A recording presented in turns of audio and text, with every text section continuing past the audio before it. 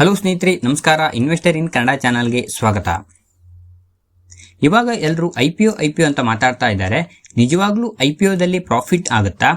ಐಪಿಒಗೆ apply ಮಾಡಲಿಕ್ಕೆ ಎಷ್ಟು ದುಡ್ಡು ಬೇಕಾಗುತ್ತೆ ಅಂತ ನಮ್ಮ ಸಬ್ಸ್ಕ್ರೈಬರ್ ಒಬ್ಬರು ಕೇಳಿದ್ದಾರೆ.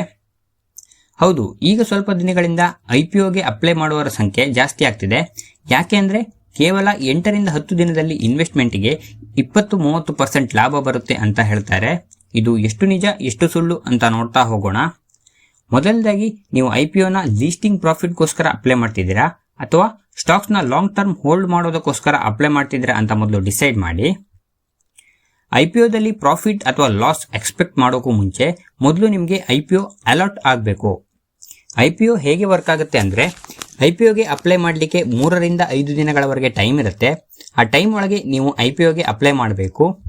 ಹಾಗೆ ಒಂದು ಪ್ರೈಸ್ ರೇಂಜ್ ಇರುತ್ತೆ. ಆ ಪ್ರೈಸ್ ರೇಂಜ್ ಒಳಗೆ ನೀವು ಯಾವ ಪ್ರೈಸ್ನಲ್ಲಿ ಬೇಕಾದರೂ ಅಪ್ಲೈ ಮಾಡ್ಬೋದು. ಆದರೆ ಈಗಿನ ಆಲ್ಮೋಸ್ಟ್ ಆಲ್ ಹೆಚ್ಚಿನ ಐಪಿಒಗಳು ಓವರ್ ಸಬ್ಸ್ಕ್ರೈಬ್ ಆಗಿರೋದ್ರಿಂದ ಅದನ್ನು ಲಾಟ್ರಿ ಸಿಸ್ಟಮ್ ಮುಖಾಂತರ ಅಲಾಟ್ ಮಾಡ್ತಾರೆ. ಹಾಗಾಗಿ ಐಪಿಒ ನಮಗೆ ಅಲಾಟ್ ಆಗಬೇಕು ಅಂದರೂ ಲಕ್ ಮ್ಯಾಟರ್ ಆಗುತ್ತೆ. ನೀವು ಐಪಿಒಗೆ ಅಪ್ಲೈ ಮಾಡಿದರೆ ನಿಮಗೆ ಐಪಿಒ ಅಲಾಟ್ ಕೂಡ ಆಯಿತು ಅಂದ್ಕೊಳ್ಳೋಣ. ಅದು ಸ್ಟಾಕ್ ಮಾರ್ಕೆಟ್ಗೆ ಲೀಸ್ಟಿಂಗ್ ಆಗುವಾಗ ಪ್ರಾಫಿಟ್ನಲ್ಲೇ ಆಗುತ್ತೆ ಅಂತ ಯಾವುದೇ ಗ್ಯಾರಂಟಿ ಇರೋದಿಲ್ಲ.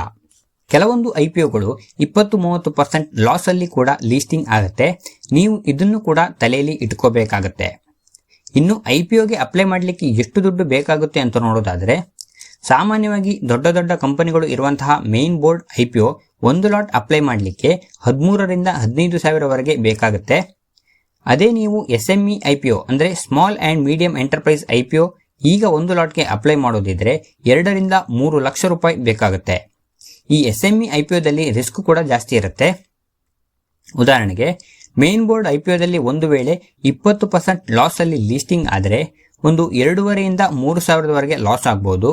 ಅದೇ SME ಐಪಿಒದಲ್ಲಿ 20% ಲಾಸ್ ಅಲ್ಲಿ ಲೀಸ್ಟಿಂಗ್ ಆದರೆ 50 ರಿಂದ 60 ಸಾವಿರ ರೂಪಾಯಿ ಲಾಸ್ ಆಗುತ್ತೆ.